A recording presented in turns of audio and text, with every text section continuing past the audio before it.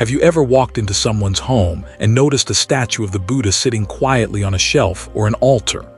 Maybe it caught your eye, serene, calm, and seemingly timeless.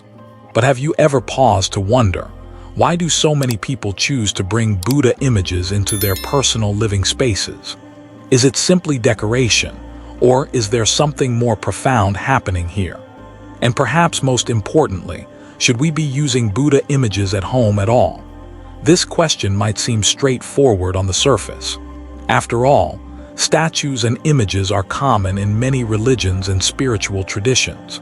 But when it comes to Buddhism, the use of Buddha images carries layers of meaning, tradition, and even controversy. For centuries, Buddhist practitioners around the world have embraced these images not just as art, but as sacred reminders. They serve as beacons of inspiration, symbols of the Buddha's qualities, compassion, wisdom, equanimity. Yet, in modern times, with cultures blending and spiritual practices evolving, some voices question whether keeping Buddha statues at home aligns with the core teachings of Buddhism. Is it appropriate? Could it be misunderstood? Or maybe it even distracts from the real path. As we embark on this exploration, it's important to recognize that this isn't a debate confined to monks or scholars. It touches everyday people, those seeking peace in their busy lives, those hungry for spiritual connection, those curious about Buddhist philosophy but unsure where to start.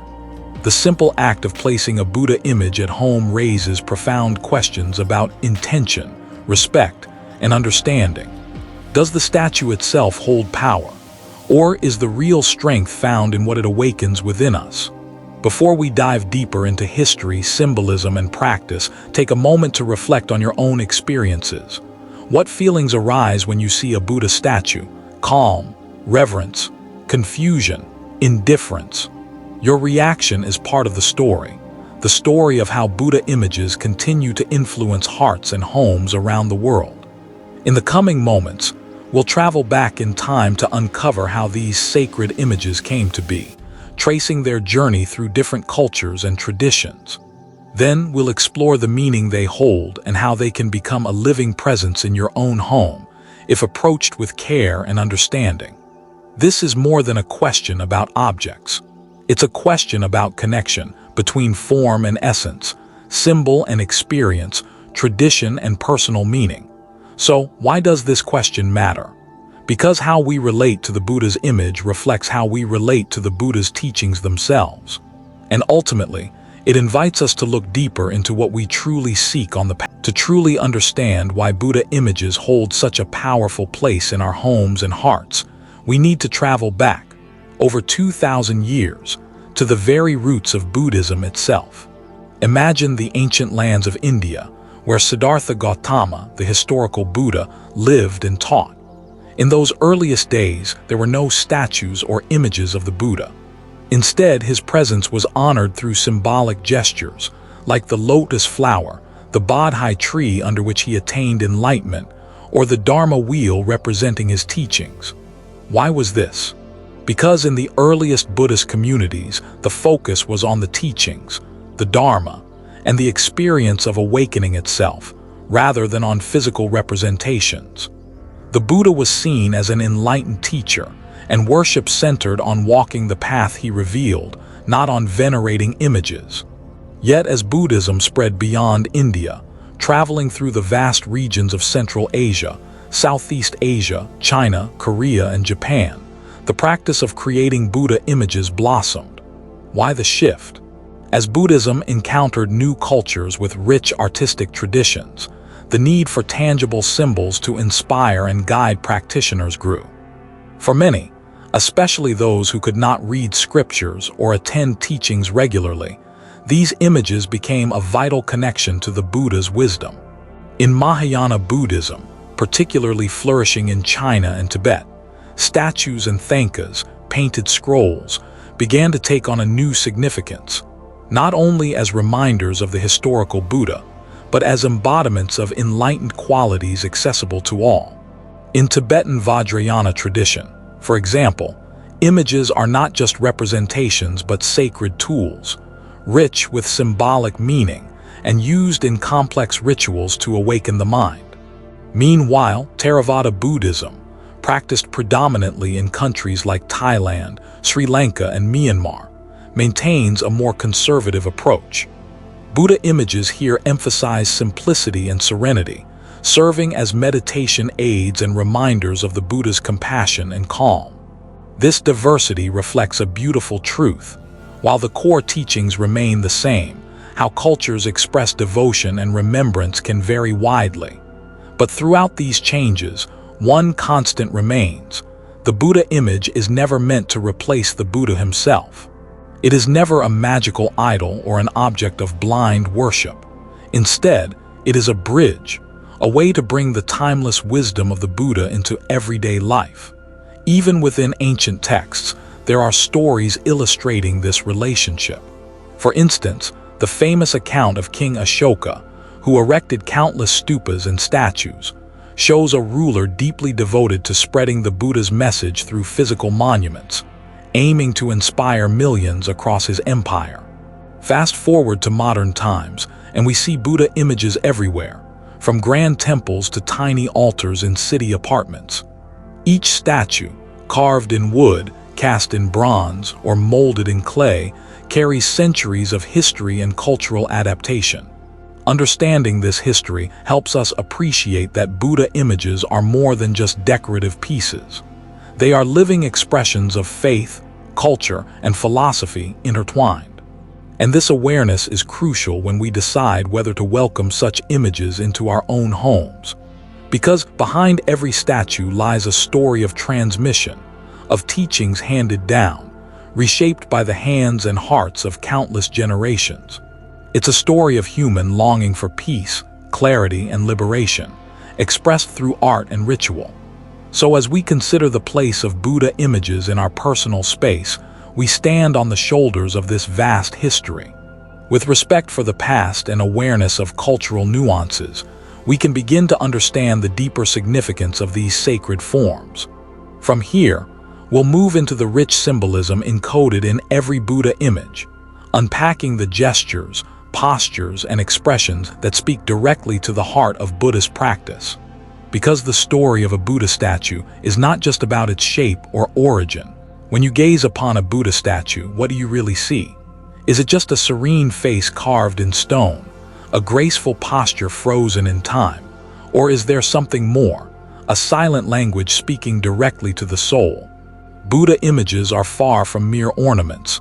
They are carefully crafted symbols, rich with meaning, designed to awaken and inspire. Every detail tells a story, every gesture carries a message. Take, for example, the Buddha's hands. These mudras, or hand gestures, are like a secret code, each one representing a particular teaching or state of mind. The most familiar might be the Dharmachakra mudra, the gesture of turning the wheel of Dharma, symbolizing the Buddha's first teaching after enlightenment. Or the Dhyana mudra, hands folded in meditation, reminding us of calm focus and inner peace. Look closely at the Buddha's posture. Sitting cross-legged in the lotus position, he embodies stability and balance, both physically and spiritually. Standing or reclining poses tell other parts of the Buddha's story, compassion in action or serene passage into final nirvana. Then there's the expression on the Buddha's face, soft, yet radiant. It reflects the boundless compassion and wisdom that characterize enlightenment. The gentle smile is not just peaceful but inviting, encouraging us to cultivate kindness in our own hearts. The elongated earlobes are another symbol with deep roots. They remind us that before enlightenment, the Buddha was a prince who wore heavy earrings, but he chose to renounce worldly wealth and status, symbolizing the shedding of attachment. Even the tiny tuft of hair between the eyebrows, known as the urna, signifies spiritual insight, the third eye that sees beyond ordinary perception. Colors, too, have their meanings. Gold represents purity and immortality, while blue evokes the vastness of the sky and limitless wisdom. In this way, every Buddha image is like a living manuscript, inviting us to explore and embody the qualities it represents. But why does this symbolism matter in everyday life? because these images serve as mirrors, reflecting what we aspire to become. They remind us that enlightenment is not some distant, unattainable ideal, but a path walked step by step. Having a Buddha image at home is a call to nurture those same qualities, patience, compassion, mindfulness, in our own journey. Yet, it's crucial to remember that the statue itself is not the Buddha. It is a doorway, not the destination. The real Buddha is the awakened mind inside each of us, the part that learns to let go of suffering and awaken to true freedom. This distinction guards us against misunderstanding or misusing the image as an idol, something to blindly worship or rely on. Instead, it invites us to approach the statue with reverence, but also with awareness and insight. So next time you see a Buddha image, pause and look beyond the form. Listen to what it calls forth within you. Does it stir a sense of calm? Encourage a moment of reflection? Inspire you to act with kindness? These are the true gifts these images offer, and as we deepen our understanding of their meaning, we prepare ourselves to place them respectfully in our homes, creating sacred spaces that support our practice and growth. Coming up, we'll explore practical ways to honor Buddha images in daily life, how to place them, care for them, and maintain the respect they deserve. Because it's not just about having a statue, it's about how we bringing a Buddha image into your home is more than just placing a beautiful object on a shelf. It's an act that carries meaning, intention, and respect, a way to invite the spirit of the Buddha's teachings into your everyday life. But how do we do this in a way that honors both the image and the path it represents? This is where practical wisdom meets heartfelt devotion. First, think carefully about where you place the Buddha image. Traditionally, it's recommended to set the statue at a height above eye level. This positioning is not about pride or status, but about showing respect. Imagine meeting a revered teacher. You naturally look up, physically and metaphorically. Placing the statue high encourages that same sense of reverence. Avoid putting the Buddha image directly on the floor, in the bathroom, or in places associated with dirt or disrespect. These placements contradict the respect due to the Buddha and the sacred teachings. Next, consider the space around the statue. Creating a clean, uncluttered altar or dedicated area encourages mindfulness. Many practitioners add offerings like flowers, incense, or candles. These are not acts of magic, but gestures that cultivate gratitude and focus. However, it's important that these offerings come from sincerity, not obligation or superstition. The true power lies in the intention behind the action. When it comes to daily interaction with the Buddha image, a simple bow or moment of quiet reflection can transform a living space into a sanctuary of calm. You don't need elaborate rituals. Even a brief moment of mindfulness before starting your day or winding down in the evening can deepen your connection. Another key point: maintain the statue's cleanliness. Regularly dust and care for it.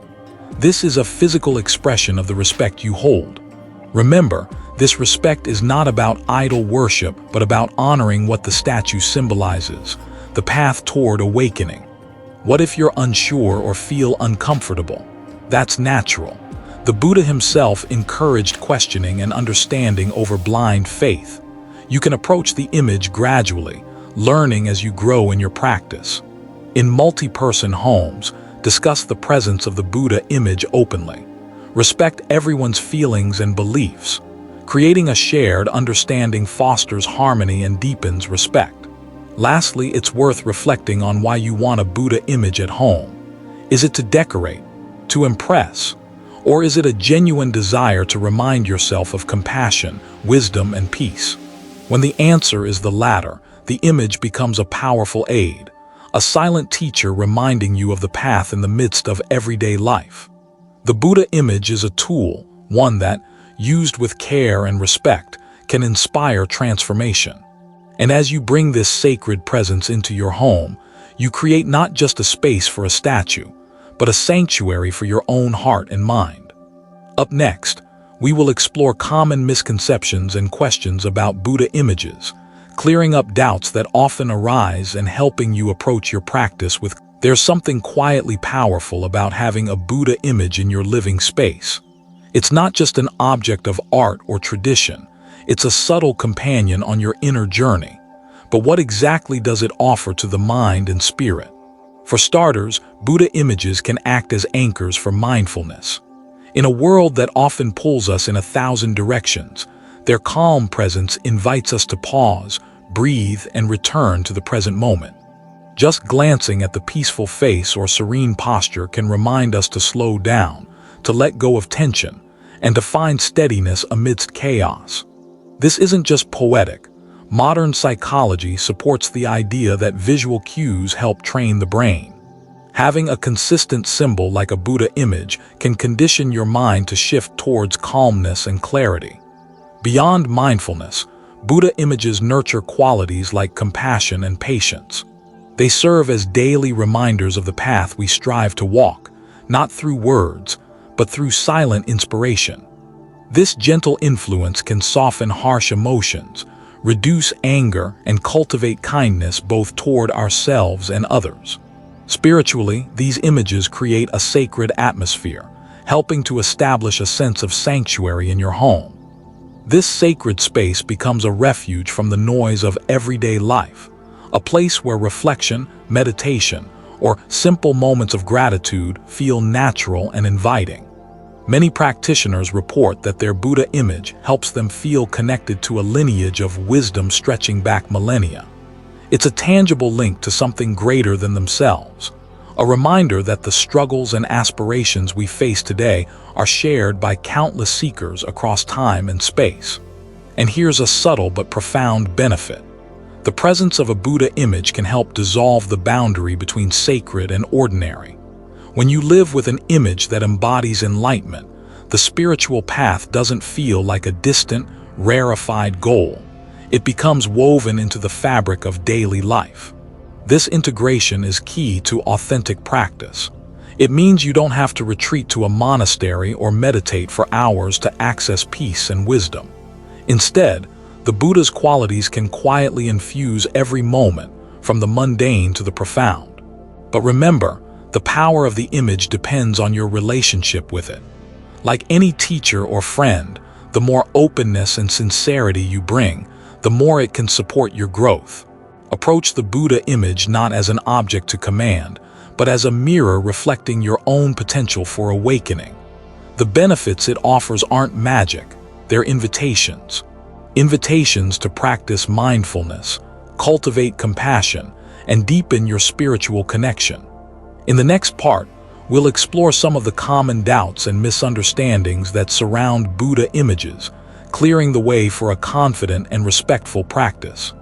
As with many sacred symbols, Buddha images have sometimes been misunderstood or misused, both in history and in today's world. These misunderstandings can cloud the true meaning and even cause confusion or controversy. One common misconception is that Buddha images are idols to be worshipped as gods. This idea can lead to either blind devotion or, conversely, outright rejection from those who see such veneration as misplaced. In reality, Buddhism teaches us not to cling to any form, whether images, words, or ideas, but to seek the awakening within ourselves. The statue is a guidepost, not the goal. Another misuse occurs when Buddha images are treated as mere decorative items, stripped of respect or context. This can happen in homes, businesses, or even fashion and pop culture, where Buddha imagery is used carelessly or purely for aesthetic appeal. Such treatment may inadvertently offend those who see the image as sacred. More importantly, it risks diluting the profound teachings the image embodies. In today's globalized world, Buddha images have traveled far beyond their original cultural contexts. This has brought both opportunities and challenges. On one hand, the widespread presence of Buddha images can inspire countless people, introducing Buddhist values of compassion and mindfulness to new audiences. On the other hand, it invites us to pause and reflect. Are we engaging with these symbols with understanding and respect? Or are we simply borrowing the surface without connecting to the depth?